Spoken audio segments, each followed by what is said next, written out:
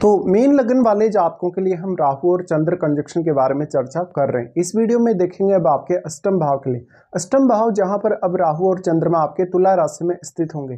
तुला राशि का राहु चंद्र का कंजक्शन मोस्टली आपके रिलेशनशिप को काफी सेक्रेट बनाएगा।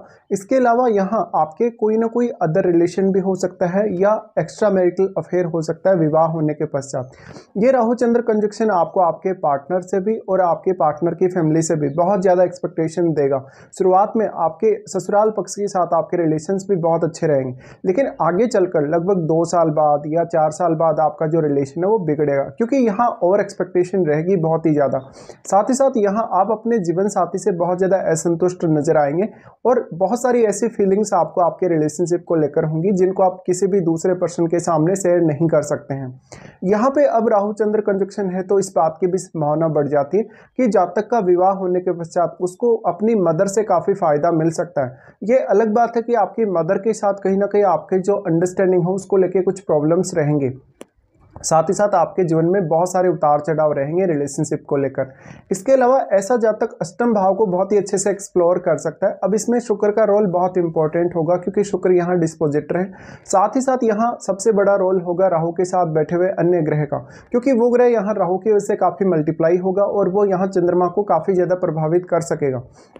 इसके साथ साथ शुक्र का प्लेसमेंट अगर आपके चार्ट में अच्छा हुआ तो यहाँ आपको अष्टम भाव से गेन होने की संभावनाएं बहुत ज़्यादा रहेंगी। आपके चार्ट में अगर देखा जाए तो चंद्रमा 5th लॉर्ड है। 5th लॉर्ड होकर जब चंद्रमा इस तरीके से बैठे तो आपके लिए अष्टम भाव को एक्सप्लोर करना तो आसान होगा ही। आपकी एजुकेशन को लेकर भी आप अगर अष्टम भाव से कोई संबंध देख पाए, जैसे कि कोई रिसर्च से जुड़ा आप काम कर रहे हैं या अकल्ट से जुड़ा आप काम कर रहे हैं, तो इस मामले में भी आपको ये कंजक्शन बहुत ज़्यादा सपोर्ट करेगा। इसके साथ साथ क्योंकि अब आपकी जो थिंकिंग है वो बहुत ज़्यादा डिफरेंट होगी और लोगों से, साथ ही आप किसी भी विषय में बहुत ज़्यादा गहराई तक विचार कर सकेंगे, सोच सकेंगे और अपना निर्णय ले सकेंगे।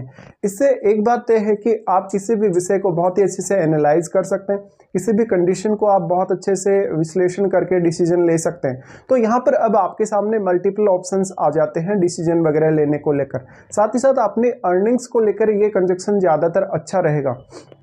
तो इस केस में अब आपके ऊपर डिपेंड करता है कि आप आपकी जो डेली लाइफ है या आपका जो कहीं ना कहीं मैरिज है, मैरिज के बाद जो भी उतार चढ़ाव आते हैं आपको आर्थिक रूप से भी और आपके रिलेशनशिप के हिसाब से भी, उनको आप कैसे हैंडल करते हैं। साथ ही साथ यहाँ पर कोई भी अन्य ग्रह जो इस हाउस से संबंध बना रहा है उस ग्रह को भी आपको देखना होगा।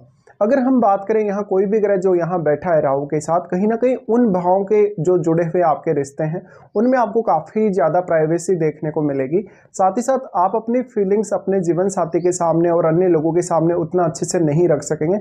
आप दूसरों का माइंड वगैरह रीड करने में काफ़ी ज़्यादा अच्छे होंगे, आपका सिक्स सेंस बहुत अच्छा होगा। आपको पढ़ाई लिखाई में उतना ज़्यादा कभी कभी इंटरेस्ट भी नहीं रहेगा, कोई भी पर्टिकुलर एक विषय की तरफ ही आप ज़्यादा तेज़ी से आगे बढ़ पाएंगे। लेकिन राहु यहाँ अगर चंद्रमा के बहुत ज़्यादा क्लोज हो तो ये रिलेशनशिप को लेकर काफ़ी कंफ्यूज करेगा आपको। साथ ही साथ यहाँ सप्तम भाव में बैठे हुए ग्रह का रोल भी बहुत ज़्यादा इंपॉर्टेंट हो जाता है, क्योंकि अष्टम भाव है वो हमारी मैरिज से कहीं ना कहीं डायरेक्टली इनडायरेक्टली जुड़ा हुआ ही है।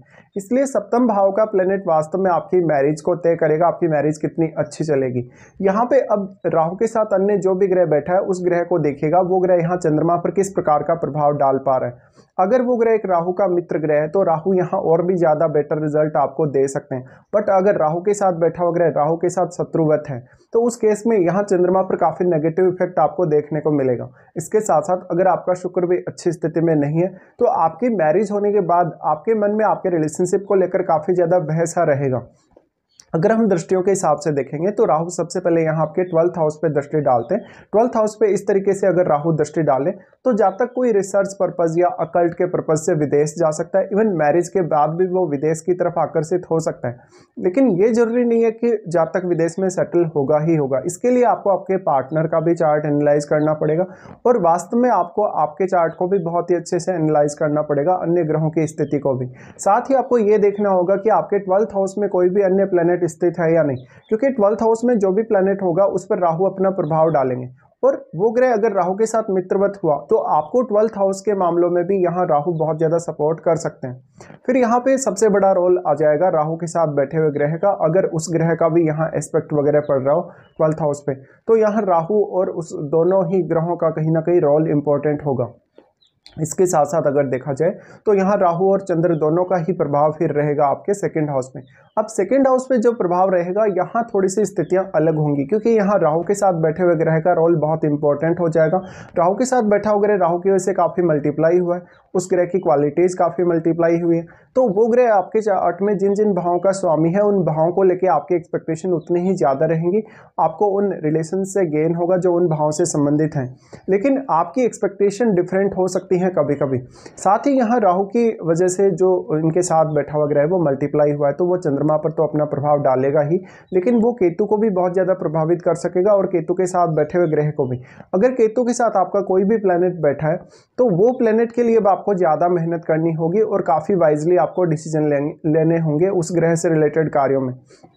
तो कहीं ना कहीं अब आपके लिए इंपॉर्टेंट रोल होगा यहाँ केतु के साथ बैठे हुए ग्रह का भी, और राहु के साथ बैठा हुआ ग्रह कितना अधिक यहाँ केतु के साथ बैठे हुए ग्रह को प्रभावित कर पाता है, तो ये सब आपको देखना होगा। इसके साथ साथ यहाँ पर फिर सबसे बड़ा रोल आ जाएगा आपकी महादशा, और आपका जो भी कहीं ना कहीं ट्रांजिट है उसको भी आपको चेक करना चाहिए। तो महादशा इसलिए इंपॉर्टेंट होगी, अगर आपको राहु के साथ बैठे हुए ग्रह की महादशा भी होगी तो उसमें राहु के और चंद्र के प्रभाव भी आपको दिखाई दे सकते हैं। इसके साथ साथ अगर देखा जाए तो उसके बाद राहु का एस्पेक्ट आ जाता है आपके फोर्थ हाउस पे।